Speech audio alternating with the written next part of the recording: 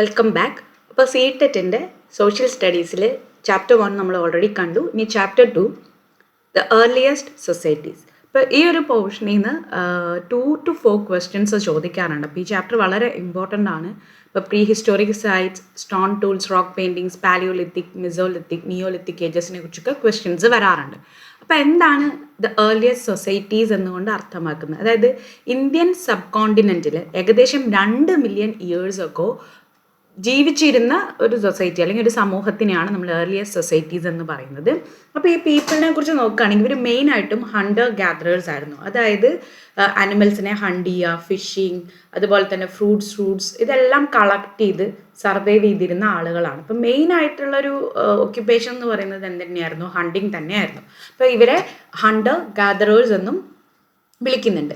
ഇനി ഇവരുടെ ഫുഡിൻ്റെ സോഴ്സുകൾ നോക്കുകയാണെങ്കിൽ അവർ വൈൽഡ് ആനിമൽസിനെ ഹണ്ട് ചെയ്തിരുന്നു, അവർ ഫിഷ്, ബേർഡ്സിനെയൊക്കെ പിടിച്ച് കഴിച്ചിരുന്നു. അതുപോലെ തന്നെ fruits, seeds, nuts, plant stalks ഒക്കെ അവരുടെ സറൗണ്ടിങ്സ് എന്തൊക്കെ കിട്ടുമോ അതെല്ലാം കളക്ട് ചെയ്താണ് അവർ ജീവിച്ചിരുന്നത്. പിന്നെ ഇവർക്ക് ഒരു നൊമാഡിക് ലൈഫായിരുന്നു. നൊമാഡിക് ലൈഫ് എന്ന് പറഞ്ഞാൽ they move from place to place. അതായത് ഫുഡും വാട്ടറിൻ്റെയും ലഭ്യത അനുസരിച്ച് അല്ലെങ്കിൽ അത് ആ റിസോഴ്സസിൻ്റെ ഒരു ലഭ്യത കുറവ് അനുഭവപ്പെടുമ്പോൾ അവർ ഒരു പ്ലേസിൽ നിന്ന് മറ്റൊരു പ്ലേസിലേക്ക് മൂവ് ചെയ്യാറുണ്ട്. അത് അനിമൽസ് എങ്ങനെയാണോ ഇങ്ങനെ പുൽമേടുകൾ തേടി അല്ലെങ്കിൽ സീസണൽ ഫ്രൂട്ട്സ് ഒക്കെ തേടി സഞ്ചരിച്ചിരുന്നത് അതേ രീതിയിൽ തന്നെയാണ് ഈ മനുഷ്യരും സഞ്ചരിച്ചിരുന്നത് എന്നാണ് പറയുന്നത്. അപ്പോൾ അവർക്കൊരു നൊമാഡിക് ലൈഫായിരുന്നു. They move from place to place. ഇനി പ്രീ ഹിസ്റ്റോറിക് പീപ്പിളും അവർ താമസിച്ചിരുന്ന സൈറ്റുകളും. അപ്പോൾ പല ആർക്കിയോളജിസ്റ്റുകളും ഇവരുപയോഗിച്ചിരുന്ന സ്റ്റോൺ ടൂൾസ്, ആർട്ടിഫാക്ട്സ്, അതുപോലെ തന്നെ കേവ് ഷെൽറ്റേഴ്സ് അല്ലെങ്കിൽ ഇവർ താമസിച്ചിരുന്ന ഗുഹകളും മറ്റും കണ്ടുപിടിച്ചിട്ടുണ്ട്. ഇപ്പോൾ വയനാടൊക്കെ എടക്കൽ ഗുഹ എന്നൊക്കെ പറയുന്നത് ഒരു കേവ് ഷെൽട്ടറാണ്.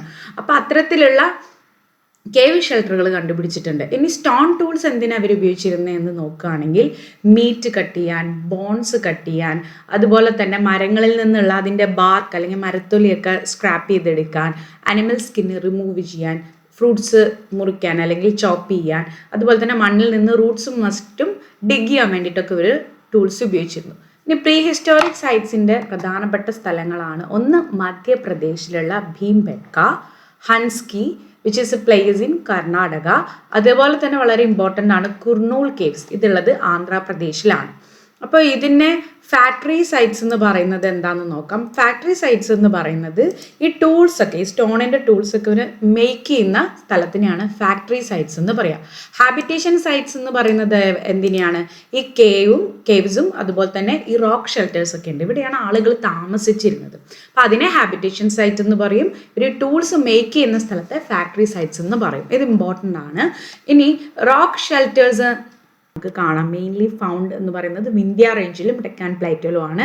പിന്നെ നർമ്മദ വാലിക്ക് അടുത്തായിട്ടാണ് പല റോക്ക് ഷെൽട്ടേഴ്സും കണ്ടുപിടിച്ചിട്ടുള്ളത്. ഇനി എങ്ങനെയാണ് സ്റ്റോൺ ടൂൾസ് ഇവർ മേക്ക് ചെയ്തിരുന്നത്? ഇതൊക്കെ ജസ്റ്റ് ഒന്ന് അറിഞ്ഞിരുന്നാൽ മതി, കുറേ കാര്യങ്ങളൊക്കെ. അതിലൊന്നാമത്തതാണ് സ്റ്റോൺ ഓൺ സ്റ്റോൺ ടെക്നിക്ക്. അതായത് ഓൾറെഡി പോളിഷ്ഡ് ആയിട്ടുള്ള ഒരു സ്റ്റോണ് ഹാമർ പോലെ യൂസ് ചെയ്ത് മറ്റൊരു സ്റ്റോണിനെ മിനുസപ്പെടുത്തുക അല്ലെങ്കിൽ അതിനെ ഒരു ടൂളായിട്ട് യൂട്ടിലൈസ് ചെയ്യുകയാണ് ചെയ്യുന്നത്. അതാണ് സ്റ്റോൺ ഓൺ സ്റ്റോൺ ടെക്നിക്ക്. ഇനി പ്രഷർ ഫ്ലേക്കിംഗ് ടെക്നിക്ക് എന്ന് പറഞ്ഞാൽ ഒരു സ്റ്റോണിൻ്റെ, ഓൾറെഡി ഉള്ളൊരു സ്റ്റോണിൻ്റെ എഡ്ജിനെ മൂർച്ച കൂട്ടുകയാണ് ചെയ്യുന്നത്. അതിൻ്റെ എക്സ്ട്രാ ആയിട്ടുള്ള കാര്യങ്ങളെല്ലാം റിമൂവ് ചെയ്ത് അതിനെ ഒരു ടൂളിൻ്റെ രീതിയിലേക്ക് ഷേപ്പ് ചെയ്യുകയാണ് ചെയ്യുന്നത്. അപ്പോൾ 2 ടെക്നിക്സ് ആണ് ഇവർ ഉപയോഗിച്ചിരുന്നത്. ഒന്ന് സ്റ്റോൺ ഓൺ സ്റ്റോൺ, മറ്റൊരു സ്റ്റോൺ ഉപയോഗിച്ചിട്ട് അതിനെ റെഡിയാക്കുന്നതാണ്. പ്രഷർ ഫ്ലേക്കിംഗ് എന്ന് പറഞ്ഞാൽ എന്താണ്? ഒരു സ്റ്റോണിൻ്റെ ഏറ്റവും അറ്റം മാത്രം ഇങ്ങനെ മിനുസപ്പെടുത്തുന്നതാണ് പ്രഷർ ഫ്ലേക്കിംഗ് എന്ന് പറയുന്നത്. ഇനി കുർണൂൾ കേവ്സിൽ നിന്നും കിട്ടിയിട്ടുള്ള എവിഡൻസസ് വെച്ചിട്ട് നമുക്ക് മനസ്സിലാവുന്നത് ആഷസിൻ്റെ, അതായത് ഈ ആഷസിൻ്റെ ഇതൊക്കെ കിട്ടിയിട്ടുണ്ട്, ചാരമൊക്കെ കിട്ടിയിട്ടുണ്ട്. അപ്പോൾ ആളുകൾക്ക് ആ സമയത്ത് ഫയറിൻ്റെ യൂസേജിനെ കുറിച്ച് അറിയാമായിരുന്നു എന്നുള്ളതാണ് അതിൽ നിന്ന് മനസ്സിലാവുന്നത്. അപ്പോൾ ഫയർ ഇവർ യൂസ് ചെയ്തിരിക്കുന്ന എന്തിനൊക്കെയാണ്? ഫുഡ് കുക്ക് ചെയ്യാൻ, അതുപോലെ തന്നെ വൈൽഡ് ആനിമൽസിനെ പേടിപ്പിക്കാൻ, സ്കെയർ അവേ ചെയ്യാൻ, പിന്നെ ലൈറ്റ് ആൻഡ് വാംത്തിനൊക്കെ വേണ്ടി ഇവർ ഉപയോഗിച്ചിട്ടുണ്ട്. ഇനി എന്താണ് ഇവർക്ക് സംഭവിച്ചൊരു പ്രത്യേക ഒരു മാറ്റം എന്ന് നോക്കുകയാണെങ്കിൽ ഒരു 12,000 ഇയേഴ്സിന് മുമ്പ് ക്ലൈമറ്റ് കുറച്ചും കൂടെ വാമായി എന്ന് പറയുന്നുണ്ട്. അപ്പോൾ ഇങ്ങനെ വാമായിട്ടുള്ളത് ഭയങ്കര തണുത്തറിഞ്ഞൊരു കാലാവസ്ഥയിൽ നിന്ന് പെട്ടെന്ന് വാമാവുമ്പോൾ എന്ത് സംഭവിക്കും? അവിടെ ഗ്രാസ് ലാൻഡ്സും ഹെർബിവോഴ്സിൻ്റെ ഒക്കെ നമ്പറിൽ ഇൻക്രീസ് വരും. അപ്പോൾ അതുകൊണ്ട് തന്നെ പല പുതിയതായിട്ടുള്ള സീഡ്സ് അല്ലെങ്കിൽ ധാന്യവർഗ്ഗങ്ങളായിട്ടുള്ള വീറ്റ്, ബാർലി, റൈസൊക്കെ വളരാനായിട്ട് തുടങ്ങി. ഇനി ലാംഗ്വേജ് ആൻഡ് ആർട്ട് നോക്കുകയാണെങ്കിൽ ഇവരെ ഹോമോ ഹാബിലിസം എന്നാണ് വിളിക്കുന്നത്. ഇവരാണ് the first use spoken language. ആദ്യമായിട്ട് ഒരു സ്പോക്കൺ ലാംഗ്വേജ് യൂസ് ചെയ്യുന്നത് ഇവരാണ്. ഇത് ഡെവലപ്പ് ചെയ്തു നമ്മൾ വിശ്വസിക്കുന്നത് 40,000 to 35,000 ഇയേഴ്സ് അഗോ ആണ്. അപ്പോൾ ഈ റോക്ക് പെയിൻറ്റിങ്സിനെ കുറിച്ച് പറയുകയാണെങ്കിൽ കേവ് വോൾസിലൊക്കെ, ഗുഹകളിലൊക്കെ ഇത്തരത്തിലുള്ള റോക്ക് പെയിൻറ്റിങ്സ് കാണാം. അപ്പോൾ ഇതിൻ്റെ ഫേമസ് സൈറ്റ്സ് ആണ് ഭീംബേട്ക ഇൻ മധ്യപ്രദേശ്, അതുപോലെ തന്നെ സദേൺ ഉത്തർപ്രദേശിലൊക്കെ കാണാം. ഇവരുടെ പെയിൻറ്റിങ്സിലുണ്ടായിരുന്നത് വൈൽഡ് അനിമൽസ് ഉണ്ട്, ഹോഴ്സസ്, ബൈസൺ, റെയിൻഡിയർ, ബിയർ ഉണ്ട്. അതുപോലെ തന്നെ കളേഴ്സ് ഇവർ ഉപയോഗിച്ചിരുന്നത് മിനറൽസിൽ നിന്നും റെഡ് ഓക്രേ, അതുപോലെ തന്നെ അയൺ ഓർ ചാർക്കോളൊക്കെ ഉപയോഗിച്ചിട്ടാണ് ഇവർ കളേഴ്സ് മേക്ക് ചെയ്തിരുന്നത്. ഈ പെയിൻറ്റിങ്സ് ഒക്കെ എന്തെങ്കിലും സെറിമണീസോ റിച്വൽസോ ഹണ്ടിങ്ങോ ഒക്കെ ആയിട്ട് ബന്ധപ്പെട്ടിട്ടാണ് ക്രിയേറ്റ് ചെയ്തിരുന്നത്. ഇനി പ്രീ ഹിസ്റ്റോറിക് ഏജസിനെ നമ്മൾ പ്രധാനമായിട്ടും 3 ഏജസ് ആയിട്ടാണ് ഡിവൈഡ് ചെയ്യുന്നത്. ഓൾറെഡി നിങ്ങൾ പഠിച്ചിട്ടുണ്ടാവും, പാലിയോലിത്തിക്, മെസോലിത്തിക് ആൻഡ് നിയോലിത്തിക്. ഇനി പാലിയോലിത്തിക്കിനെ ഓൾഡ് സ്റ്റോൺ ഏജ് എന്നാണ് പറയുന്നത്. ഇപ്പോൾ പാലിയോ എന്ന് പറയുന്ന വേർഡിൻ്റെ മീനിങ് ഓൾഡ് എന്നും ലിത്തോസ് എന്ന് പറഞ്ഞാൽ സ്റ്റോണുമാണ്. അപ്പോൾ ഈ പീരീഡിൻ്റെ ഒരു ലാസ്റ്റ് ചെയ്തിരിക്കുന്നത് 2 million years ago to 12,000 years ago ആണ്. This is the longest period in human history. Human ഹിസ്റ്ററിയിലെ ലോങ്ങസ്റ്റ് പീരീഡ് ഏതാണ്? ഓൾഡ് സ്റ്റോൺ ഏജ് അല്ലെങ്കിൽ പാലിയോലിത്തിക് ആണ്. ഇതിനെ തന്നെ lower, middle and upper palaeolithic phases എന്ന് പറഞ്ഞ് തരംതിരിച്ചിട്ടുണ്ട്. ഇനി ഓരോ ഏജിൻ്റെയും പ്രധാനപ്പെട്ട സൈറ്റ്സ് വളരെ ഇമ്പോർട്ടൻ്റ് ആണ്. ചിലപ്പോൾ അത് മാച്ച് ദ ഫോളോയിങ് ആയിട്ട് ചോദിക്കാം, അല്ലെങ്കിൽ കുറേ ഓപ്ഷൻ തന്നിട്ട് പാലിയോലിത്തിക്കിൻ്റെ ഏതാണെന്ന് ചോദിക്കാം, അല്ലെങ്കിൽ ഇത്രയും തന്നിട്ട് ഇത് ഏത് ഏജിൻ്റെ ആണെന്നൊക്കെ ചോദിക്കാം. അപ്പോൾ അത്തരത്തിലുള്ള ചോദ്യങ്ങൾ വരാം. അപ്പോൾ ഇത് വളരെ ഇമ്പോർട്ടൻ്റ് ആയിട്ടുള്ള കാര്യങ്ങൾ തന്നെയാണ്, ഇത്രയും പഠിച്ച് തന്നെ ആവണം. അപ്പോൾ ആദ്യത്തേത് Hunsgi which is a place in Karnataka, Kurnool caves Andhra Pradesh, Bhimbetka Madhya Pradesh, Bagor Rajasthan, Patne Maharashtra, Belan valley Uttar Pradesh. ഇത്രയും സ്ഥലങ്ങളാണ് പാലിയോലിത്തിക് ഏജിൻ്റെ ഇമ്പോർട്ടൻറ്റ് സൈറ്റ്സ് ആയിട്ട് വരുന്നത്. അടുത്തത് മെസോലിത്തിക്, ഇതിനെ മിഡിൽ സ്റ്റോൺ ഏജ് എന്ന് പറയുന്നു. അപ്പം നമ്മുടെ പാലിയോലിത്തിക് 12,000 years ago എന്ന് പറയുന്ന ആ ഒരു പീരീഡിൽ അവസാനിച്ചു. അപ്പം മെസോലിത്തിക് തുടങ്ങുന്നത് 12,000 to 10,000 years ago. ആ ഒരു പീരീഡിനെയാണ് മെസോലിത്തിക് എന്ന് പറയുന്നത്. ഈ കാലഘട്ടത്തിലെ ആളുകൾ വളരെ സ്മോൾ ആയിട്ടുള്ള സ്റ്റോൺ ടൂൾസ് ഉപയോഗിച്ചിരുന്നു. അതിനെ മൈക്രോ ലിത്സ് എന്ന് പറയും. ഇനി ഇതിൻ്റെ ഇമ്പോർട്ടൻറ്റ് സൈറ്റ് 3 എണ്ണമാണ് ഇതിൽ പ്രധാനമായിട്ടും പറഞ്ഞിരിക്കുന്നത്. അപ്പോൾ പട്ന മഹാരാഷ്ട്ര പാലിയോലിത്തിക്കിൻ്റെയും ഒരു ഇമ്പോർട്ടൻറ്റ് സൈറ്റാണ്, അതുപോലെ തന്നെ മെസോലിത്തിക്കിൻ്റെയുമാണ്. പിന്നെ ഇതിൻ്റെ ഇമ്പോർട്ടൻറ്റ് സൈറ്റ് വരുന്നത് ലങ്ക് നഷ് ഗുജറാത്ത്, ധാംധമ ഉത്തർപ്രദേശ്. ഇത്രയാണ്. മെസോലിത്തിക്കിൻ്റെ വരുന്നത് പ്രധാനപ്പെട്ട 3 സ്ഥലങ്ങളാണ്: ലങ്ക് നഷ് ഗുജറാത്ത്, ധാംധമ ഉത്തർപ്രദേശ്, പട്നെ മഹാരാഷ്ട്ര. ഇത്രയാണ് വരുന്നത്. ഓക്കെ. ഇനി നിയോലിത്തിക് ഏജ് എന്ന് പറയുന്നതാണ് ന്യൂ സ്റ്റോൺ ഏജ്. നിയോ എന്ന് പറഞ്ഞാൽ ന്യൂ എന്നും, ലിത്തോസ് നമുക്ക് ഓൾറെഡി അറിയാം സ്റ്റോൺ, അതുകൊണ്ട് Neolithic means new stone age. ഈ പീരീഡ് എപ്പോഴാണ് മെസോലിത്തിക് അവസാനിച്ചത്? 10,000 years ago. അപ്പോൾ ആ 10,000 years ago മുതലാണ് ഏത് തുടങ്ങുന്നത്? നിയോലിത്തിക് തുടങ്ങുന്നത്. ഇവിടെ ന്യൂ സ്റ്റോൺ ഏജ് എന്ന് വിളിക്കാൻ കാരണം കുറച്ചും കൂടെ പോളിഷ്ഡ് ആയിട്ടുള്ള സ്റ്റോൺ ടൂൾസ് ഇവർ ഉപയോഗിച്ചിരുന്നു. അതുപോലെ തന്നെ മെറ്റൽ ടൂൾസ് ഒക്കെ ഇവർ ഉപയോഗിക്കാനായിട്ട് തുടങ്ങി. പിന്നെ ഇവർ ഫാമിംഗ് സ്റ്റാർട്ട് ചെയ്തു. അതുപോലെ തന്നെ സെറ്റിലിംഗ് ഇൻ വൺ പ്ലേസ്. അതായത് ഇപ്പോൾ പാലിയോലിത്തിക്കിലാണെങ്കിലും മെസോലിത്തിക്കിലാണെങ്കിലും they were moving from one place to the another. ഒരു സ്ഥലത്ത് നിന്ന് മറ്റൊരു സ്ഥലത്തേക്ക് സഞ്ചരിക്കുന്നുണ്ടായിരുന്നു. പക്ഷെ നിയോലിത്തിക് ഏജിൽ അവർ സെറ്റിൽ ഡൗൺ ചെയ്യാനായിട്ട് തുടങ്ങിയ ഒരു പർട്ടിക്കുലർ പ്ലേസ്. ഇനി ഇതിൻ്റെ സൈറ്റ്സും ഇമ്പോർട്ടൻ്റ് ആണ്. ഹാലൂർ കർണാടക, ബുർസാഹോം ജമ്മു ആൻഡ് കശ്മീർ, കുഫ്രാൽ ജമ്മു ആൻഡ് കശ്മീർ, മെഹർഗ ബലൂചിസ്ഥാൻ, ചിറാന്ത് ബിഹാർ, ദജോലി ഹദിങ് അസാം. ഇത്രയും സ്ഥലങ്ങളാണ് നിയോലിത്തിക് ഏജിൻ്റെ ഇമ്പോർട്ടൻ്റ് ആയിട്ടുള്ള സ്ഥലങ്ങൾ. അപ്പോൾ ഹണ്ടർ ഗ്യാദറേഴ്സ് എന്നാണ് ഏർലിയസ്റ്റ് പീപ്പിളിനെ വിളിച്ചിരുന്നത്. ഇവരുടെ ഫാക്ടറി സൈറ്റ്സ് എന്ന് പറയുന്നത് എന്താണ്? ഇവരുടെ ടൂൾ മേക്കിംഗ് പ്ലേസസ് ആണ്. മൈക്രോലിത്സ് എന്ന് പറയുന്നത് മെസോലിത്തിക്കിൽ ഉപയോഗിച്ചിട്ടുള്ള ചെറിയ സ്റ്റോൺ ടൂൾസിനെയാണ് പറയുന്നത്. Paleolithic old stone age, Mesolithic middle stone age, Neolithic new stone age. Rock paintings നമുക്ക് കാണുന്നത് ഭീംബെട്ക എന്ന് പറയുന്ന സ്ഥലത്താണ്. ആദ്യമായിട്ട് സ്പോക്കൺ ലാംഗ്വേജ് യൂസ് ചെയ്തത് ഹോമോ ഹാബിലിസ് ആണ്. ഫയറിൻ്റെ എവിഡൻസ് നമുക്ക് കിട്ടിയിട്ടുള്ളത് കുർണൂൽ കേസിൽ നിന്നാണ്, വിച്ച് ഈസ് ഇൻ ആന്ധ്രാപ്രദേശ്. ഇനി നമുക്ക് നെക്സ്റ്റ് ചാപ്റ്ററിലേക്ക് പോവാം. Chapter 3 towards farming, herding and settled life. അപ്പോൾ ആദ്യം ഇവിടെ പറയുന്നത് ഡൊമസ്റ്റിക്കേഷനെ കുറിച്ചാണ്. ഡൊമസ്റ്റിക്കേഷൻ എന്ന് പറഞ്ഞാൽ it's a process by which people began to grow plants and rear animals. അതായത് പ്ലാന്റ്സ് ഒക്കെ വളർത്തുക, അതോടൊപ്പം തന്നെ മൃഗങ്ങളെ മെരുക്കി നമുക്ക് ആവശ്യമുള്ള രീതിയിൽ മെരുക്കി ഒതുക്കി ജീവിപ്പിക്കുക, അല്ലെങ്കിൽ അവരുടെ ആ സഹായത്തോടുകൂടി ജീവിക്കുക എന്നുള്ളതാണ് ഡൊമസ്റ്റിക്കേഷൻ എന്നതുകൊണ്ട് അർത്ഥമാക്കുന്നത്. അപ്പോൾ അവർ ലാർജ് ഗ്രെയിൻസ് യൂസ് ചെയ്തിരുന്നു, സ്ട്രോങ് സ്റ്റോക്ക് പ്ലാന്റ്സ് യൂസ് ചെയ്തിരുന്നു, ഹെൽത്തി അനിമൽസിനെ ബ്രീഡ് ചെയ്തിട്ടും മറ്റുമൊക്കെയാണ് ഇവർ ജീവിച്ചിരുന്നത്. അപ്പോൾ ഈ ഡൊമസ്റ്റിക്കേഷൻ സ്റ്റാർട്ട് ചെയ്തു എന്ന് പറയുന്നത് 12,000 years ago മുമ്പാണ്, അതായത് മെസോലിത്തിക്കിൻ്റെ ഒരു ബിഗിനിങ്ങിലൊക്കെ ആണെന്ന് നമുക്ക് കാണാം. അപ്പോൾ ഇത് ആദ്യമായിട്ട് തുടങ്ങിയത് ഈസ്റ്റേൺ മെഡിറ്ററേനിയൻ റീജിയനിലാണ് എന്ന് പറയുന്നുണ്ട്. പിന്നെ ലോകത്തിൻ്റെ പല ഭാഗങ്ങളിലേക്കും സ്പ്രെഡ് ചെയ്തിട്ടുണ്ട്. പിന്നെ ഈ പ്രോസസ്സ് നിയോലിത്തിക് പീരീഡിലാണ് സ്റ്റാർട്ട് ചെയ്തതെന്ന് പറയുന്നുണ്ട്. ഷീപ്പ്, ഗോട്ട്, കാറ്റിൽ, ഡോഗ്, പിഗ് ഇവരെയൊക്കെയാണ് നമ്മൾ കൂടുതലായിട്ടും ഡൊമസ്റ്റിക്കേറ്റ് ചെയ്ത് ഉപയോഗിച്ചിരുന്നത്. അപ്പോൾ ഇവരെന്തിൻ്റെയൊക്കെ സോഴ്സ് ആയിരുന്നു? ഫുഡിന് വേണ്ടി, മീറ്റ്, മിൽക്ക്, ക്ലോത്തിങ്ങിന് ഒക്കെ വേണ്ടിയിട്ട് ഇവരെ നമ്മൾ ഉപയോഗിച്ചിരുന്നു. ഇനി ഈ ഒരു അതിൻ്റെ കൾട്ടിവേഷൻ നടന്നിട്ടുള്ളത് എവിടെയാണെന്ന് പറഞ്ഞാൽ, ഇപ്പോൾ പല സൈറ്റ്സിലും ഈ ഫസ്റ്റ് ലേണേഴ്സിൻ്റെയും ഹേർലി ഹഡേഴ്സും ജീവിച്ചിരുന്നു എന്നുള്ളതിൻ്റെ പ്രൂഫ് നമുക്ക് കിട്ടിയിട്ടുണ്ട്. അപ്പോൾ ഈ സൈറ്റിൽ നിന്നെല്ലാം grains, animal bones, tool marks, അതുപോലെ തന്നെ clay surfaces with hoof prints ഒക്കെ നമുക്ക് കിട്ടിയിട്ടുണ്ട്. അപ്പോൾ ഇതെല്ലാം ഫാമിങ്ങിൻ്റെയും അനിമൽസിനെ വളർത്തിയിരുന്നു എന്നുള്ളതിൻ്റെയും തെളിവുകളാണ്. അപ്പോൾ പ്രധാനപ്പെട്ട സ്ഥലങ്ങൾ ഇവിടെ പറയുന്നത് മെഹഗ, അത് പാകിസ്ഥാനിലുള്ളതാണ്. ഇവിടെ വീറ്റ്, ബാർലി, ഷീപ്പ്, ഗോഡ്, കാറ്റിൽ ഉണ്ടായിരുന്നു. കൊൽദി ഹവ ഉത്തർപ്രദേശിലുള്ള റൈസ്, അനിമൽ ബോൺസ് കിട്ടിയിട്ടുണ്ട്. മഹാഗര ഉത്തർപ്രദേശ്, അതുപോലെ തന്നെ ഗുഫ്ക്രാൽ ജമ്മു ആൻഡ് കശ്മീർ, ബുർസാഹോം ജമ്മു ആൻഡ് കശ്മീർ, ചിറാൻ ബീഹാർ. അപ്പോൾ ഈ പ്ലേസസ് ആയിരിക്കും അധികം ചോദിക്കുക അവിടെ എന്തൊക്കെ ഉണ്ടായിരുന്നു എന്നുള്ളത്. ഓൾമോസ്റ്റ് എല്ലാത്തിലും വീറ്റും റൈസൊക്കെ വരുന്നുണ്ട്. അപ്പോൾ അത്രയും ഇൻഡെപ്തായിട്ട് ചോദിക്കില്ല എന്ന് വിചാരിക്കുന്ന ആ ഒരു ഭാഗം. ഇനി ഹാലൂർ, പുളിയാമ്പിളി, കർണാടക, തെലങ്കാന, ഇവിടെ നിന്ന് black gram, millet, sheep, pig, കാറ്റലൊക്കെ കിട്ടിയിട്ടുണ്ട്. പിന്നെ ഇവിടെ ഹട്ട്സ് ഓർ ഹൗസസ് ഇവർ ഉപയോഗിച്ചിരുന്നു എന്നുള്ളതിൻ്റെ എവിഡൻസും അവിടെ ഉണ്ട് എന്നാണ് പറയുന്നത്. ഫോർ എക്സാമ്പിൾ ബുർസ ഹോമിൽ എന്തുണ്ട്, ആളുകൾ പിറ്റ് ഹൗസസിലൊക്കെ ജീവിച്ചിരുന്നു, അത് ഗ്രൗണ്ടിലേക്ക് ഡഗ് ചെയ്തുണ്ടാക്കിയതാണ് എന്ന് പറയുന്നുണ്ട്. അതുപോലെ കുക്കിംഗ് ഫെസിലിറ്റീസ് ഉണ്ടായിരുന്നു എന്നുള്ള കാര്യങ്ങൾ പറയുന്നുണ്ട്. ഇൻഡോറും ഔട്ട്ഡോറും കുക്ക് ചെയ്തിരുന്നു എന്ന് പറയുന്നുണ്ട്. ടൂൾസ് എന്ന് പറയുന്നത് പോളിഷ്ഡ് ആയിട്ടുള്ള സ്റ്റോൺ ടൂൾസ് ഒക്കെ ഈ എഡ്ജസ് കട്ട് ചെയ്യാൻ വേണ്ടി ഇവർ ഉപയോഗിച്ചിട്ടുണ്ട്.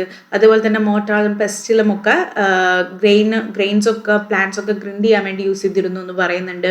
പിന്നെ ഇവർ എർത്തൺ പോട്ട്സ്, അതായത് കളിമണ്ണ് പോലെയുള്ള സാധനങ്ങൾ, ക്ലേ പോട്ട്സ് പോലെയുള്ള മണ്ണ് സോയിലൊക്കെ ഉപയോഗിച്ചിട്ടുള്ള പോട്ട്സ് ഒക്കെ ഇവർ ഉപയോഗിച്ചിരുന്നു സ്റ്റോറേജിനും കുക്കിങ്ങിനും എന്നൊക്കെ പറയുന്നുണ്ട്. പിന്നെ ഇവർ ക്ലോത്തുകൾ വീവ് ചെയ്യാൻ തുടങ്ങിയിട്ടുണ്ട്, കോട്ടണും മറ്റു ഫൈബേഴ്സൊക്കെ ഉപയോഗിച്ചിട്ട്.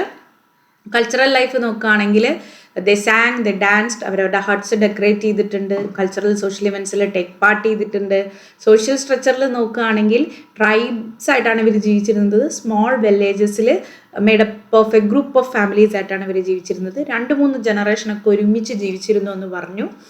പിന്നെ മെയിൻ ഒക്യുപ്പേഷൻ നോക്കുകയാണെങ്കിൽ hunting, gathering, farming, herding and fishing. പിന്നെ വർക്ക് നോക്കുകയാണെങ്കിൽ സ്ത്രീകൾ കൂടുതലായിട്ടും അഗ്രികൾച്ചറൽ ഫീൽഡിൽ, അതുപോലെ തന്നെ വിത്തുകൾ വിതയ്ക്കുക, കോപ്സ് ഹാർവെസ്റ്റ് ചെയ്യുക, അതുപോലെ തന്നെ അതിന് ഭക്ഷണമാക്കുന്ന ഒരു പ്രോസസ്സിലൊക്കെ ഏർപ്പെടുകയൊക്കെ ചെയ്തിട്ടുണ്ട്. മെൻ കൂടുതലായിട്ടും ഹണ്ടിങ്ങും കാര്യങ്ങളും ടൂൾസും മേക്ക് ചെയ്യുക, ബാസ്ക്കറ്റ്സും മേക്ക് ചെയ്യുക, ഹണ്ടിങ്, ഫിഷിങ് ഒക്കെയാണ്. കുട്ടികൾ ഈ ബേർഡ്സിൽ നിന്നും അനിമൽസിൽ നിന്നും ഇവരുടെ ക്രോപ്സിനൊക്കെ പ്രൊട്ടക്റ്റ് ചെയ്തിട്ടുണ്ടെന്ന് പറയുന്നുണ്ട്.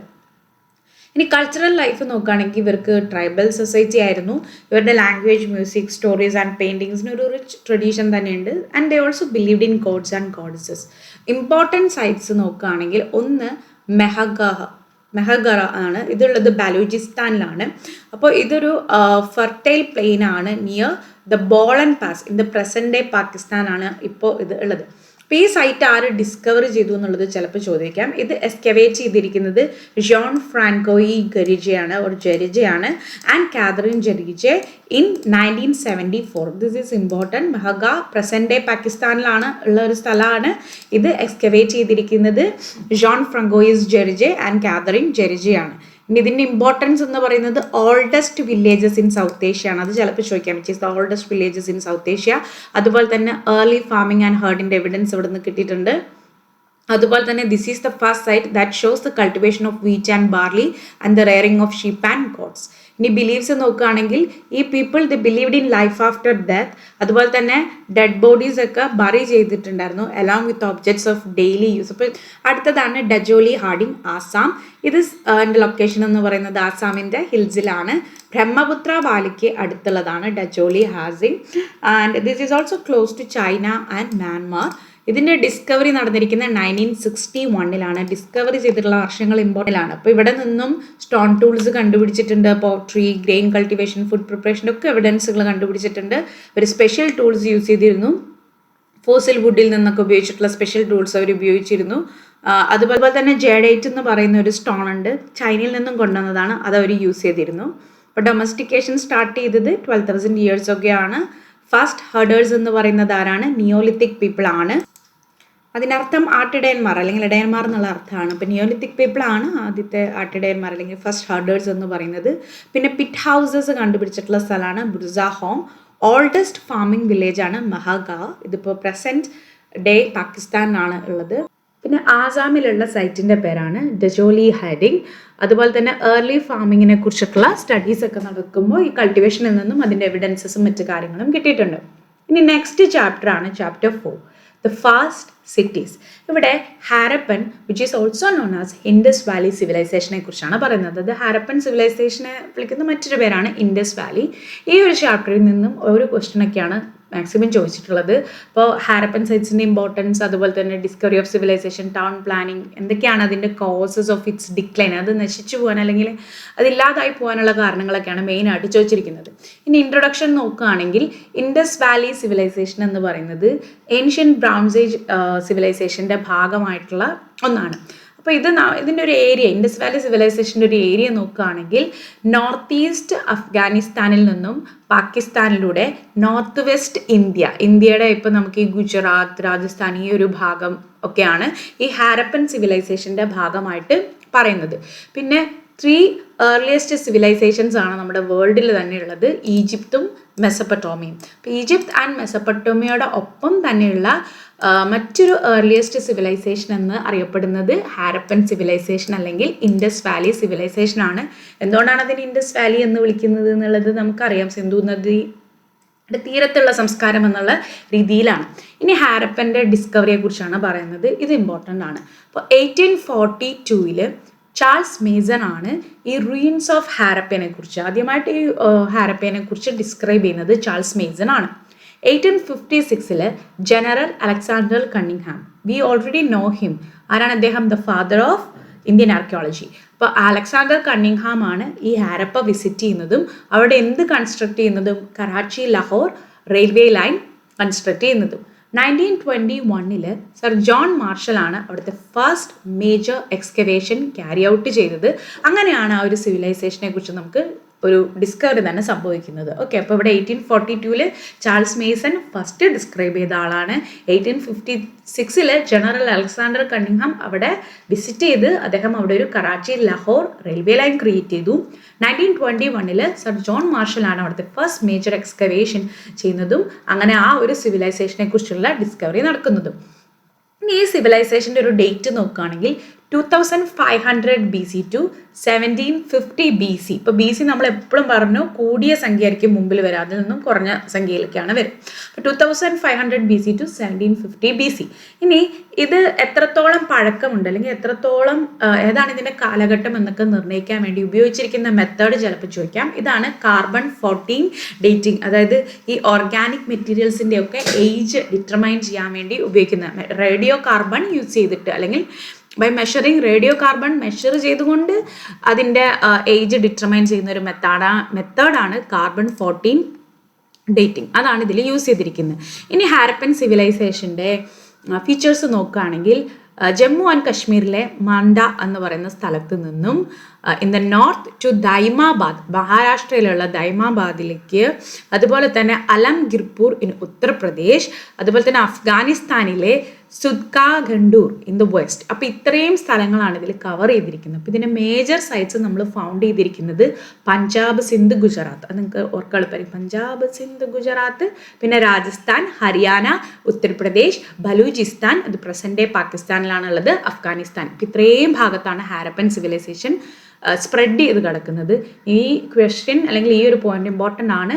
Largest number of Harappan sites നമ്മൾ ഫൗണ്ട് ചെയ്തിരിക്കുന്നത് എവിടെയാണ്? ഗുജറാത്തിലാണ്. ഇനി ഇവരുടെ ടൗൺ പ്ലാനിങ്ങിനെ കുറിച്ച്, ഇവരുടെ സിറ്റിയെ ഇവർ 2 പ്രധാനപ്പെട്ട പാർട്ടുകളായിട്ടാണ് ഇവർ ഡിവൈഡ് ചെയ്തിരിക്കുന്നത്. ഒന്ന് the upper town which is also known as the citadel, അതായത് ഒരു ഹയർ ഗ്രൗണ്ടിൽ വെസ്റ്റേൺ സൈഡിലായിട്ട് ബിൽഡ് ചെയ്തിട്ടുള്ള ഒന്നാണ്. ഇവിടെ അഡ്മിനിസ്ട്രേറ്റീവ് ആൻഡ് ഇമ്പോർട്ടൻറ്റ് ബിൽഡിങ്സ് ആണ് വരിക. അതായത് ഇവരുടെ സിറ്റി 2 പാർട്ടാണ്. ഒന്ന് the citadel or the upper town and the lower town. Lower town എവിടെയായിരിക്കും? ഈസ്റ്റേൺ സൈഡിലായിരിക്കും, മെയിനായിട്ട് റെസിഡൻഷ്യൽ ഏരിയ ആയിരിക്കും. ഇനി ഇവരെങ്ങനെയാണ് കൺസ്ട്രക്ട് ചെയ്തിരിക്കുന്നതെന്ന് പറഞ്ഞാൽ thick walls made of baked bricks. അതായത് ഇപ്പോൾ നമ്മൾ ഇൻ്റർലോക്കിംഗ് പാറ്റേണിൽ ഇഷ്ടികയൊക്കെ ഉപയോഗിച്ച് വീട് വെക്കുന്ന രീതിയിൽ, ആ ഒരു രീതിയിൽ തന്നെയാണ് ഇവരും എന്ത് ചെയ്തിരിക്കുന്നത്, വീടുകൾ അല്ലെങ്കിൽ അവരുടെ സിറ്റിയൊക്കെ ഒരു ബിൽഡ് ചെയ്തിരിക്കുന്നത്. അത് കുറച്ചും കൂടെ വോൾസിനെ സ്ട്രോങ് ആൻഡ് ലോങ് ലാസ്റ്റിംഗ് ആക്കും. ഇനി ലൈഫ് ഇൻ ദ സിറ്റി, ഇവരുടെ സോഷ്യൽ ലൈഫ് എന്ന് പറയുന്നത് വളരെ ബിസി ആയിരുന്നു, വെൽ ഓർഗനൈസ്ഡ് ആയിരുന്നു. ചില ഹിസ്റ്റോറിയൻസ് ബിലീവ് ചെയ്യുന്നത് ഈ സൊസൈറ്റി ചിലപ്പോൾ മാട്രിയാർക്കൽ ആയിരിക്കാം എന്നുള്ളതാണ്. പാട്രിയാർക്കൽ ആവില്ല, പുരുഷാധിപത്യം അല്ല ആയിരിക്കില്ല എന്നുള്ളതാണ് ചില ഹിസ്റ്റോറിയൻസ് ബിലീവ് ചെയ്യുന്ന ഒരു കാര്യം. പിന്നെ ഇവിടുത്തെ ഒരു ഇമ്പോർട്ടൻ്റ് ആൻഡ് ഡോമിനൻറ്റ് ക്ലാസ് ഏത് തന്നെയാണ്, മെർച്ചൻസ് ആയിരുന്നു എന്ന് പറയുന്നുണ്ട്. ഇവരുടെ ഒക്യുപ്പേഷൻ നോക്കുകയാണെങ്കിൽ ഇവർ ലേബറേഴ്സ് ആയിരുന്നു, ഫാമേഴ്സ്, ക്രാഫ്റ്റ്സ്മാൻ, ഡോക്ടേഴ്സ്, പ്രീസ്, ഓഫീസേഴ്സ് എല്ലാം ഉണ്ടായിരുന്നു. പിന്നെ ഒരു എവിഡൻസ് ഉള്ളത് എന്താണെന്ന് പറഞ്ഞാൽ system of slavery may have existed, ചിലപ്പോൾ സ്ലേവറി അവർ പ്രാക്ടീസ് ചെയ്തിട്ടുണ്ടാകാം എന്നുള്ളൊരു സാധ്യതയും കൂടെ പറയുന്നുണ്ട്. പിന്നെ ഇവർ vegetarian and non vegetarian food ഇവർ കഴിച്ചിരുന്നു എന്ന് പറയുന്നുണ്ട്. അതിൽ wheat, barley, fish, mutton, beef, poultry, pork, fruits, even lemon വരെ അവർ കഴിച്ചിരുന്നു എന്ന് പറയുന്നുണ്ട്. ഇനി ornaments and dress, men and woman ഇവർ 2 പേരും ഓർണമെൻറ്റ്സ് ധരിച്ചിരുന്നു എന്ന് പറയുന്നുണ്ട്. Necklaces, finger rings, earrings, bangles, bracelets, anklets ഒക്കെ ധരിച്ചിരുന്നു. എൻ്റർടൈൻമെൻറ്റ് നോക്കുകയാണെങ്കിൽ they enjoy dancing, singing, fishing, playing games and gambling വളരെ പോപ്പുലർ ആയിരുന്നു എന്നും പറയുന്നുണ്ട്. ഇനി ഹൗസിംഗ് എന്ന് പറയുന്നത് 2 സ്റ്റോറി ഹൗസസ് ആയിരിക്കാം. ഇപ്പോൾ റൂംസ് എന്ന് പറയുന്നത് ഒരു സെൻട്രൽ കോർട്ട്യാർഡിന് ചുറ്റുമാണ് ഇതാക്കിയിരുന്നത്. പിന്നെ എല്ലാ ഹൗസസിനും ബാത്തിങ് ഏരിയാസ് ഉണ്ടായിരുന്നു സെപ്പറേറ്റ് ആയിട്ട്. അതുപോലെ തന്നെ കിണറുകൾ, വെൽസ് ഉണ്ടായിരുന്നു ടു സപ്ലൈ വാട്ടർ. ഇനി ഡ്രെയിനേജ് സിസ്റ്റം ഭയങ്കര ഹൈലി ഡെവലപ്ഡ് ആയിരുന്നു. വേസ്റ്റ് വാട്ടർ ഒക്കെ ഹൗസിൽ നിന്നും സ്ട്രീറ്റ്സിലേക്ക് ആണ് ഫ്ലോ ചെയ്തിരുന്നത്. അത് കവേർഡ് ആയിട്ടുള്ള ഡ്രെയിൻസിലായിരുന്നു. അപ്പോൾ ഹാരപ്പൻ സിവിലൈസേഷന് അർബൻ പ്ലാനിങ്ങിനെ കുറിച്ച്, അതുപോലെ തന്നെ സാനിറ്റേഷൻ അല്ലെങ്കിൽ ക്ലീൻലിനെസ്സിനെ കുറിച്ചൊക്കെ നല്ലൊരു അഡ്വാൻസ്ഡ് നോളജ് ഉണ്ടായിരുന്നു എന്നാണ് ഈ ഒരു ചാപ്റ്ററിൽ പറയുന്നത്. അപ്പോൾ ഇതിൻ്റെ ക്വിക്കായിട്ട് നോക്കുകയാണെങ്കിൽ ആദ്യമായിട്ട് the ruins of Harappa describe ചെയ്തത് ചാൾസ് മേസൺ ആണ് ഇൻ 1842. അത് ഫസ്റ്റ് എക്സ്കവേറ്റ് ചെയ്തത് സർ ജോൺ മാർഷലാണ് 1921. ഇതിൻ്റെ ഡേറ്റ് ഡിറ്റർമൈൻ ചെയ്യാൻ വേണ്ടിയിട്ട് ഉപയോഗിച്ചിട്ടുള്ള മെത്തേഡാണ് കാർബൺ-14. ഇനി ഇവരുടെ അപ്പർ ടൗണിനെ വിളിക്കുന്നത് സിറ്റഡൽ എന്നാണ്. ഇതിൻ്റെ മോസ്റ്റ് സൈറ്റ്സും അല്ലെങ്കിൽ ദ ലാർജസ്റ്റ് നമ്പർ ഓഫ് സൈറ്റ്സും ഫൗണ്ട് ചെയ്തിട്ടുള്ളത് ഗുജറാത്തിലാണ്. ഇനി ഇവരുടെ വീടുകൾ പണിയാൻ വേണ്ടി ഇവർ ഉപയോഗിച്ചിട്ടുള്ള ബ്രിക്സിനെ ബേക്കഡ് ബ്രിക്സ് എന്നാണ് വിളിക്കുന്നത്, അല്ലെങ്കിൽ അതാണ് അവർ ഉപയോഗിച്ചിരുന്നത്. ഓക്കെ, ഇനി കുറച്ച് ഡീറ്റെയിൽസ് നോക്കുകയാണെങ്കിൽ new crafts in the society. ഇപ്പോൾ ഇവർ ഉപയോഗിച്ചിരുന്ന മെറ്റീരിയൽസ് എന്തൊക്കെയാണ്? ഇവർ സ്റ്റോൺ യൂസ് ചെയ്തിരുന്നു, ഷെൽ യൂസ് ചെയ്തിരുന്നു, അതായത് മിക്കവാറും എല്ലാ മെറ്റൽസും കോപ്പർ, ബ്രോൺസ്, ഗോൾഡ്, സിൽവർ ഒക്കെ ഇവർ ഉപയോഗിച്ചിരുന്നു. ഇനി എന്തൊക്കെ പ്രൊഡക്ട്സ് ആണ് ഇവർ ക്രിയേറ്റ് ചെയ്തിട്ടുള്ളത് നോക്കുകയാണെങ്കിൽ the made tools, the made weapons from copper and bronze, ornaments ഉണ്ടാക്കിയിട്ടുണ്ട്, വെസൽസ് ഉണ്ടാക്കിയിട്ടുണ്ട് from gold and silver, beads, weights, blades ഇതെല്ലാം യൂസ് ചെയ്തിട്ടുണ്ട്. പിന്നെ ഇവർ സീൽസും മേക്ക് ചെയ്തിരുന്നു. അത് റെക്ടാങ്കുലർ ഇൻ ഷേപ്പ് ആയിരുന്നു. അതിലേതെങ്കിലും ഒരു അനിമലിൻ്റെ ഫിഗറൊക്കെ അതിലുണ്ടായിരുന്നു. പിന്നെ ഇവരുടെ പോട്രി ഒക്കെ ഇവർ ബ്ലാക്ക് ഡിസൈൻസ് ഉപയോഗിച്ചിട്ടാണ് ഡെക്കറേറ്റ് ചെയ്തിരുന്നത് എന്ന് പറയുന്നുണ്ട്. പിന്നെ cotton Mehrgarh which is a place in Pakistan, അവിടെ വളർത്തിയിരുന്നു എന്ന് പറയുന്നുണ്ട്. 7000 BC-ലാണത്. അപ്പോൾ അവിടെ നിന്നുള്ള പീസസ് ഓഫ് ക്ലോത്ത് ഒക്കെ നമുക്ക് മോഹൻജദാരോയിൽ നിന്നും കിട്ടിയിട്ടുണ്ട്. അതുപോലെ തന്നെ സ്പിൻഡിൽ ബോൾസ് ഒക്കെ മെയ്ഡ് ഓഫ് ടെറാക്കോട്ട ആൻഡ് ഫിയൻസ്, ഇതെല്ലാം ത്രെഡ് സ്പിൻ ചെയ്യാൻ വേണ്ടിയിട്ടൊക്കെ യൂസ് ചെയ്തിട്ടുണ്ട് എന്ന് പറയുന്നുണ്ട്. ഫൈൻസ് എന്ന് പറയുന്നത് ഒരു ആർട്ടിഫിഷ്യൽ മെറ്റീരിയലാണ്. അത് ഒരു ഗമ്മൊക്കെ പോലെ യൂസ് ചെയ്തിരുന്നതാണ്. ഇപ്പോൾ ബീഡ്സ്, ബാംഗിൾസ്, ഇയറിങ്സ് അതൊക്കെ ഉണ്ടാക്കാൻ വേണ്ടിയിട്ട് യൂസ് ചെയ്തിരുന്നതാണ്. അപ്പോൾ ഇതിനൊരു ബ്ലൂ ഓർ സീ ഗ്രീൻ കളറൊക്കെ കൊടുത്തിരുന്നു എന്നാണ് പറയുന്നത്. ഇനി ഇൻഡസ്ട്രി നോക്കുകയാണെങ്കിൽ പ്രധാനമായിട്ടുള്ള ഇൻഡസ്ട്രീസ് സ്റ്റോൺ കട്ടിങ്ങിന്, അതുപോലെ തന്നെ ബീഡ് പോളിഷിങ്, സീൽ കാവിങ്, അതുപോലെ തന്നെ മെറ്റാലർജി, ഐവറി വർക്ക്, ഷിപ്പ് ബിൽഡിംഗ് ഇതിനൊക്കെ ഉപയോഗിച്ചിരുന്നു. ഇനി ഷിപ്സും ഡോക്യാർഡും ഒക്കെ ഉണ്ടായിരുന്നു എന്നുള്ളതും അവിടെ എവിഡൻസ് ആയിട്ട് കിട്ടിയിട്ടുണ്ട്. ഇനി മേജർ ഇമ്പോർട്ട്സ്, ഹാരപ്പൻസ് ഇമ്പോർട്ട് ചെയ്തിരുന്നത് ഗോൾഡ് ഇമ്പോർട്ട് ചെയ്തിരുന്നു from Afghanistan, Persian, Karnataka, silver from Afghanistan, Iran, copper Balochistan and Khetri in Rajasthan, tin Afghanistan and central Asia. അങ്ങനെ അത് ഇവരെന്തൊക്കെ ഇമ്പോർട്ട് ചെയ്തു എന്നുള്ളതിൻ്റെ ഡീറ്റെയിൽസ് ഇവിടെ കൊടുത്തിട്ടുണ്ട്. പിന്നെ ഇവർ അഗ്രികൾച്ചർ പ്രൊഡക്ട്സ്, അതുപോലെ തന്നെ കോട്ടൺ ഗുഡ്സ്, ടെറാക്കോട്ട ഫിഗറിൻസ്, പോട്രി, ഇതെല്ലാം ഇവർ ട്രേഡ് ചെയ്തിട്ടുണ്ട് എന്ന് പറയുന്നുണ്ട്. ചൻഹുദാരോ എന്ന് പറയുന്ന സ്ഥലത്ത് നിന്നും, അതുപോലെ തന്നെ കോൺ ഷെൽസ് ലോത്തിൽ നിന്നൊക്കെ ഇമ്പോർട്ട് ചെയ്തിട്ടുണ്ട്. പിന്നെ അഗ്രികൾച്ചർ ഈ ഒരു സിവിലൈസേഷൻ്റെ ഒരു ബാക്ക് ബോൺ ആണെന്ന് പറയുന്നുണ്ട്. ഇവരുടെ സോയിൽ ഭയങ്കര ഫെർട്ടൈൽ ആയിരുന്നു. പിന്നെ ഫ്ലഡ്സ് ഒക്കെ ഇൻഡസ് റിവറിൽ വരുന്നത് കൊണ്ട് തന്നെ സോയിൽ വാസ് റിയലി ഫെർട്ടൈൽ എന്ന് പറയുന്നുണ്ട്. ഇനി ടൂൾസ് ആൻഡ് ടെക്നിക്സ് നോക്കുകയാണെങ്കിൽ ഇവരുടെ ഒരു വുഡൻ പ്ലോ കലൈഭംഗനിൽ ഫൗണ്ട് ചെയ്തിട്ടെന്ന് പറയുന്നുണ്ട്. സ്റ്റോൺ സിക്കിൾസ് ഇവർ യൂസ് ചെയ്തിരുന്നു ഹാർവെസ്റ്റിങ്ങിനും മറ്റും വേണ്ടിയിട്ട്. പിന്നെ ഡാംസ് നോൺ ആസ് ഖബർ ബാൻസ് ഓർ നളാസ് ഒക്കെ ഇവർ ബിൽഡ് ചെയ്തിട്ടുണ്ട് ബാലൂചിസ്ഥാനിൽ വാട്ടർ സ്റ്റോർ ചെയ്യാൻ വേണ്ടിയിട്ട്. ഇവരുടെ ഡാംസിനെ വിളിച്ചിരുന്നതാണ് ഖബർ ബാൻസ് ഓർ നളാസ്. ഇനി crops wheat, barley, dates, peas, sesame, mustard, millet, ragi, bajra, ചോവറൊക്കെ ഇവർ വളർത്തിയിരുന്നു. പിന്നെ ഇവരുടെ റിലീജിയൻ നോക്കുകയാണെങ്കിൽ ഇവരുടെ ടെറാക്കോട്ട ഫിഗറിങ്സിലൊക്കെ plant growing from a woman's womb കാണിക്കാറുണ്ട്. അപ്പോൾ അതിനെ ഫെർട്ടിലിറ്റി ആൻഡ് എർത്ത് ആയിട്ടാണ് ഇതാക്കിയിരിക്കുന്നത്. പിന്നെ ഇവരുടെ സീലാണ് പശുപതി സീൽ. ഇതിനെ പ്രോട്ടോ ശിവ എന്നും പറയുന്നുണ്ട്. അതായത് ഈ സീൽ ഷോ ചെയ്യുന്ന ഒരു മെയിൽ ഡൈറ്റി ഒരു യോഗിക് പോസ്റ്ററിൽ ഇരിക്കുന്നു. അതിന് 3 മുഖങ്ങളുണ്ട്, 2 ഹോൺസ്, 2 കൊമ്പുകളുണ്ട്. ഇതിന് ആനിമൽസ് സറൗണ്ട് ചെയ്തിട്ടുണ്ട്, ലൈക്ക് എലിഫന്റ്, ടൈഗർ, അങ്ങനെ ആണ് ഈ ഒരു പിക്ചർ. അപ്പോൾ ഇത് ശിവൻ്റെ ഒരു മുൻപുള്ള ഒരു രൂപം എന്നുള്ള രീതിയിൽ വരുന്നുണ്ട്. ഇനി നേച്ചർ വർഷിപ്പ് ആണെങ്കിൽ ഇവിടെ ആളുകൾ പേപ്പൽ അല്ലെങ്കിൽ ആൽമരത്തിനെ വർഷിപ്പ് ചെയ്തിരുന്നു, ആനിമൽസിനെ വർഷിപ്പ് ചെയ്തിട്ടുണ്ട്, ബേർഡ്സിനെ വർഷിപ്പ് ചെയ്തിട്ടുണ്ട്, സ്റ്റോൺസിനെ വർഷിപ്പ് ചെയ്തിട്ടുണ്ട്. ഇനി ബിലീഫ് നോക്കുകയാണെങ്കിൽ ഗോസ്റ്റിലൊക്കെ അവർ ബിലീവ് ചെയ്തിരുന്നു. കാരണം ഇവർ ആമുലറ്റ്സ്, അതായത് തകിടുകളും മറ്റും പ്രൊട്ടക്ഷന് വേണ്ടി യൂസ് ചെയ്തിരുന്നു. പക്ഷേ ടെമ്പിൾസിൻ്റെയോ അല്ലെങ്കിൽ ഏതെങ്കിലും ഒരു വിഗ്രഹാരാധന അല്ലെങ്കിൽ ഐഡൽ വർഷിപ്പിൻ്റെ എവിഡൻസസുകളൊന്നും ഹാരപ്പൻ സിവിലൈസേഷനിൽ നിന്ന് നമുക്ക് കിട്ടിയിട്ടില്ല. ഇനി എന്തൊക്കെയാണ് ഇതിൻ്റെ ഇമ്പോർട്ടൻറ്റ് സൈറ്റ്സ് എന്ന് നോക്കാം. അപ്പോൾ ഒന്നുള്ളത് മോഹൻജദാരോ, അതിപ്പോൾ സിന്ധ് പ്രവിശ്യയിലാണുള്ളത്, പാകിസ്ഥാൻ്റെ. ഇത് ഡിസ്കവർ ചെയ്തത് R.D. ബാനർജിയാണ് 1922. മോഹൻജദാരോ എന്ന് പറയുന്ന വേർഡിൻ്റെ അർത്ഥം എന്ന് പറയുന്നത് മൗണ്ട് ഓഫ് ദ ഡെഡ് എന്നുള്ളതാണ്. Mohenjodaro means mound of the dead and it was discovered by R.D. Banerjee in 1922. അപ്പോൾ റിവർ ഇൻഡസിൻ്റെ തീരത്താണിത് എന്ന് വിശ്വസിക്കുന്നു. ഇനി ഇവരുടെ ഒരു ഇമ്പോർട്ടൻറ്റ് സ്ട്രക്ചറാണ് ദ ഗ്രേറ്റ് ബാത്ത്. ഇതൊരു പബ്ലിക് ബാത്തിങ് പ്ലേസ് ആണ്. അപ്പോൾ വെള്ളം അകത്തേക്കും പുറത്തേക്കും പോകാനുള്ള സൗകര്യങ്ങളൊക്കെ ഉണ്ട്. പിന്നെ ഇവർക്ക് അസംബ്ലി ഹാൾ ഉണ്ട്, ഗ്രാനറി ഉണ്ട്, അഡ്മിനിസ്ട്രേറ്റീവ് ബിൽഡിങ്സ് ഉണ്ട്. ഇനി ഇവരുടെ ഇതിനെക്കുറിച്ചുള്ള ഇമ്പോർട്ടൻറ്റ് ഫൈൻഡിങ്സിൽ ഒന്നാണ് the bronze statue of A dancing girl, അതുപോലെ തന്നെ പശുപതി സീൽ എന്നാണ് നമ്മുടെ പ്രോട്ടോ ശിവയുടെ സീല്, അതുപോലെ തന്നെ ബിയർഡഡ് മാൻ, ക്ലേ ഫിഗറിങ്സ്, ഡൈറ്റ്സ് ഒക്കെ കിട്ടിയിട്ടുണ്ട്. ഇനി മറ്റൊരു ലൊക്കേഷനാണ്, ഇപ്പോൾ ഫസ്റ്റ് ലൊക്കേഷനാണ് മോഹൻജദാരോ, സെക്കൻഡ് ലൊക്കേഷൻ വരുന്നത് Lothal which is a place in ഗുജറാത്തിലുള്ള പ്ലേസ് ആണ് ലോത്തൽ എന്ന് പറയുന്നത്. അപ്പോൾ ഇതും ഒരു മേജർ പോർട്ട് സിറ്റി ആയിരുന്നു. ഇവിടെ മാത്രമാണ് ഒരു ആർട്ടിഫിഷ്യൽ ബ്രിക്ക് ഡോക്യാർഡ് ഉള്ളത് എന്നും പറയുന്നുണ്ട്. ഇത് സബർമതി റിവറിൻ്റെ അടുത്താണ്. ഓക്കെ, അപ്പോൾ മോഹൻജദാരോ ഇൻഡസ് റിവറിൻ്റെ അടുത്താണെങ്കിൽ ലോത്തൽ വന്നിട്ട് സബർമതി റിവറിൻ്റെ അടുത്താണ്. It is close to the gulf of Khambhat എന്നും പറയുന്നുണ്ട്. പിന്നെ ഇതിൻ്റെ ഫീച്ചേഴ്സ് എന്ന് പറയുന്നത് ഇവിടെ ഇവർക്ക് ഫയർ അൽത്താഴ്സ് ഉണ്ടായിരുന്നു, റൈസ് കൾട്ടിവേഷൻ ഉണ്ടായിരുന്നു, large number of seals granaries ഒക്കെ ഉണ്ടായിരുന്നു.